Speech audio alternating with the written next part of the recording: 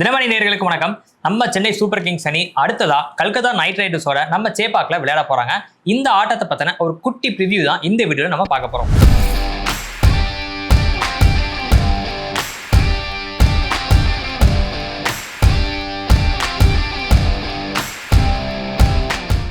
தமிழ் எல்லாருமே என்ன சொல்றாங்க அப்படின்னா, சிஎஸ்கேவோட அடுத்த மேட்ச் வந்து கல்கத்தாக்காக நம்மளாவது ஜெயிச்சு ஒரு பாயிண்ட் எடுத்தோம், அவன் ஜெயிக்காம மழையோட புண்ணியத்துல ஒரு பாயிண்ட் எடுத்திருக்காங்க அப்படின்னு சொல்லி கலாய்ச்சுன்னுக்குறாங்க. இது வந்து ஒரு ஈஸி கேமா இருக்கும், சென்னை வந்து கண்டிப்பா அடுத்தடுத்து 2 மேட்ச் வின் பண்ண போறாங்க அப்படின்ற மாதிரிலாம் ரொம்ப ஆணவத்துல பேசுறாங்களா இல்ல பெரிய நம்பிக்கையில பேசுறாங்களா அப்படின்றது தெரியல. ஸோ நீங்க எப்படி நினைக்கிறீங்க, கல்கத்தா ஒரு ஈஸி மேட்ச் தானா இல்ல ரொம்ப கஷ்டமான மேட்சா? எந்த ஒரு மேட்சுமே நம்ம வந்து ஈஸியாக எடுத்துக்க முடியாது. கொல்கத்தா வந்து தோத்துட்டே வந்துட்டு இருக்காங்க, ஒரே ஒரு பாயிண்ட் தான் எடுத்திருக்காங்க. நம்ம சொன்ன வந்து இப்போ அவங்களுக்கும் அதே ஒரு அந்த வெறி இருக்கும், வந்து ஒரு பாயிண்ட் ஸ்டேபிள் நம்ம கடைசி இடத்துல இருக்கவே ஃபர்ஸ்ட் போகணும்னு இருக்கும். அதனால இவங்க வந்து சிஎஸ்கே வந்து இவங்க வந்து ஒரு ரொம்ப லைட்டாக எடுத்துக்க மாட்டாங்க அப்படின்னு தோணுது. வந்து ஏன்னா 3 மேட்ச் தோத்துட்டு ஒரு மேட்ச் ஜெயிச்சிருக்கோம், ஒரு மேட்ச் ஜெயிச்சிருக்கோங்கிற ஒரு ஆணவத்தில் போனோம்னா என்னன்னா அகைன் வந்து ஒரு அடி வாங்கினோம்னா அது ரொம்ப மறுபடியும் வந்து ஒரு பேக் ஃபுட்டாக இருக்கிற மாதிரி ஆயிரும். இது வந்து ரொம்ப ஈஸியாக எடுத்துக்க மாட்டாங்க. எப்படி வந்து ஒரு இந்த 4th மேட்ச்ல ஒரு கடின உழைப்பை போட்டு வின் பண்ணாங்களோ, ஒரு கம்பேக் கொடுத்தாங்களோ, அதே அளவுக்கு இந்த கேமையும் வந்து ஒரு டிஃபிகல்ட்டான கேமாக தான் பார்ப்பாங்க. அவங்களும் தோத்து வந்திருக்காங்க. அதனால வந்து அவங்க வந்து ரொம்ப ரொம்ப காசியஸாக அப்ரோச் பண்ணுவாங்க சென்னை சூப்பர் கிங்ஸ் பொறுத்த வரைக்கும். நம்ம வந்து சிஎஸ்கே பத்தி நம்ம நேற்றைய வீடியோலே வந்து நிறைய பேசியாச்சுன்றனால அதை நம்ம கடைசியாக கொஞ்சம் சுருக்கமாக பார்த்துருப்போம். ஸோ கல்கத்தா டீம் எப்படி இருக்காங்க பார்த்துட்டோம்னா ரொம்ப பரிதாபத்துக்குரிய நிலைமையில தான் அவங்க இருக்கிறாங்க. நம்ம ஃபர்ஸ்ட் பேட்டிங் பார்த்துட்டோம்னா பார்க்கறதுக்கு ஸ்ட்ராங்காக தான் இருக்கிறாங்க. ஓப்பனிங்ல ரஹானே அப்படின்னு சொல்லலாம், ஆனால் அவர் வந்து நல்ல ஃபார்ம்ல தான் இருக்கிறாரு. எனக்கு தெரிஞ்சு என்ன பொறுத்த வரைக்கும் ஒரு நல்ல ஃபார்ம்ல இருக்கிறாரு. பெங்களூர்ல கோலி எப்படி ஒரு நல்ல ஓப்பனிங் அந்த மாதிரி கொடுத்துட்டு இருக்கிறாரு. அந்த பக்கம் சால்ட் நேத்து அடிச்ச மாதிரி இந்த பக்கம் வந்து ஃபின் ஆலன் ஒரு பெரிய இன்னிங்ஸ் ஆடினார்னா கல்கத்தாக்கு ஒரு நல்ல ஸ்டார்ட் இருக்கும் அப்படின்னு நம்பலாம். அதுக்கப்புறமா அங்கரிஷ் ரகுவன்ஷி அவர் வந்து கன்சிஸ்டண்டா ஆடிட்டு இருக்காரு. 3 மேட்ச் பேட்டிங் பிடிச்சல 2 50 அடிச்சிருக்காரு, ஒரு 45 அடிச்சிருக்காரு. ஸோ அவங்க டாப் 3 ஸ்ட்ராங்கா இருக்கிறாங்க. ஃபின் ஆலன் வந்து ஒரு 5 பால் 10 பால் 15 பால் ஆடின்னு இருக்கிறாரு. அவர் ஒரு 30 35 40 பால் ஆடினார் அப்படின்னா ஒரு பெரிய இன்னிங்ஸ் அவர்கிட்ட இருந்து கிடைக்கும். அந்த இம்பாக்ட் என்னவா இருக்கும்னா அவர் வந்து சும்மா 40 பால் ஆடினா 60 அப்படிலாம் இருக்காது. அவர் 200 250 ஸ்ட்ரைக் ரேட்ல ஆடக்கூடிய பொட்டன்ஷியல் இருக்கிறனால அவர் கொஞ்சம் நிறைய ஆடினா நல்ல ரன் வரும் அப்படின்றது. ஸோ இந்த டாப் 3 ஆடிட்டாங்க அப்படின்னா தான் அவனுக்கு அப்புறம் இருக்கிற ஒரு ஸ்ட்ரகிளே வருது. கேமரூன் கிரீன் வந்து இன்னும் அந்த அளவுக்கு பெரிய ஃபார்ம்ல இல்ல. அவர் அடிச்சாலுமே வந்து அவருடைய ஸ்ட்ரைக் ரேட் வந்து கிட்டத்தட்ட ஒரு 150 160 அந்த ரேஞ்சில தான் அவர் விளையாடிட்டு இருக்கிறாருன்ற நேரத்துல அது ஒரு சிக்கலா இருக்கு. ரிங்கு சிங் வந்து நம்ம பார்த்து வியந்த அந்த ரிங்கு சிங் வந்து பார்க்க முடியல.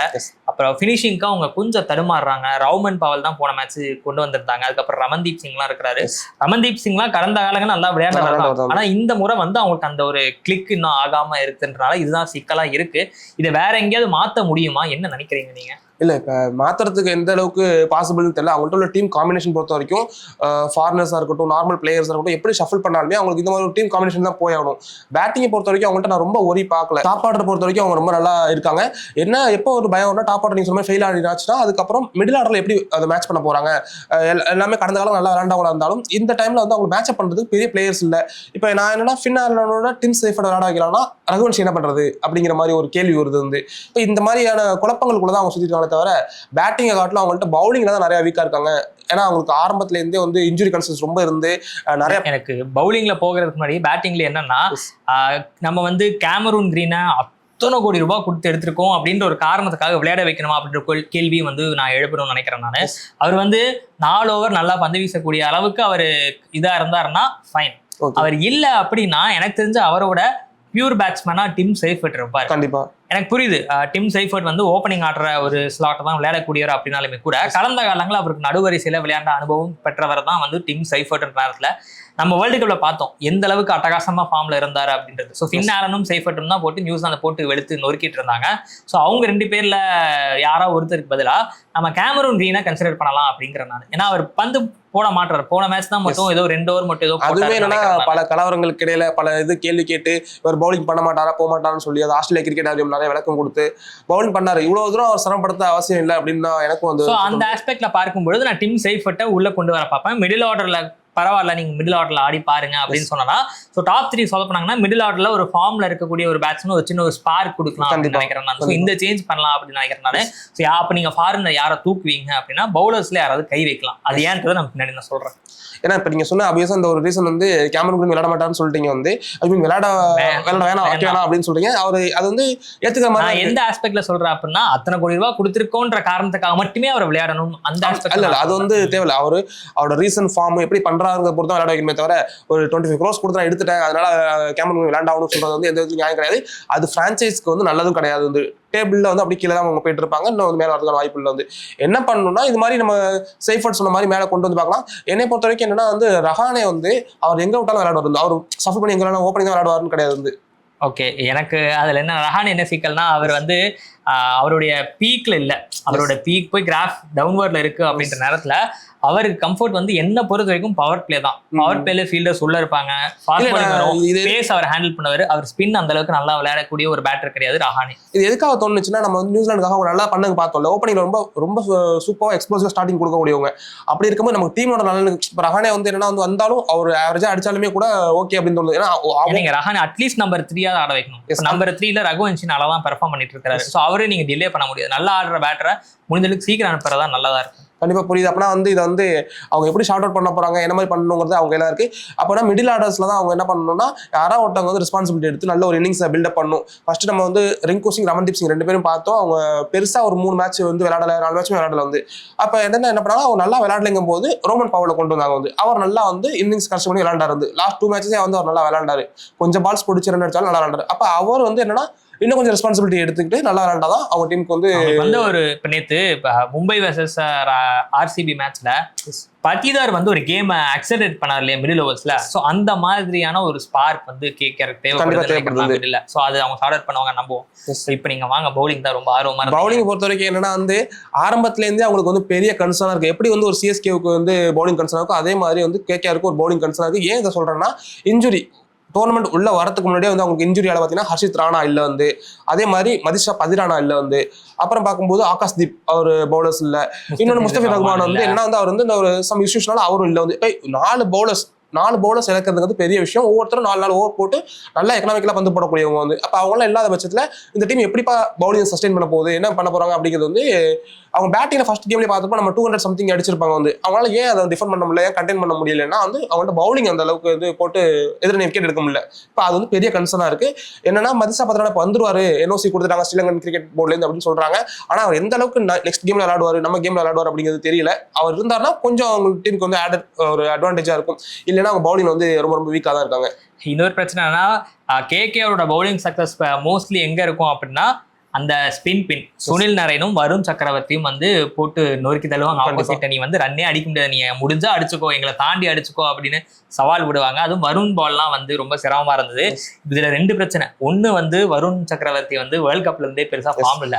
அவர் வந்தாலே அவர் ஓவர்ல ஒரு 6 2 6 கன்ஃபார்ம் பா அப்படின்னு நம்ம கேரண்டியா உங்களுக்கு ஞாபகம் இருக்கும்னு நினைக்கிறோம். நம்ம வேர்ல்ட் கப் டைம்ல நம்ம பேசியிருந்தோம்.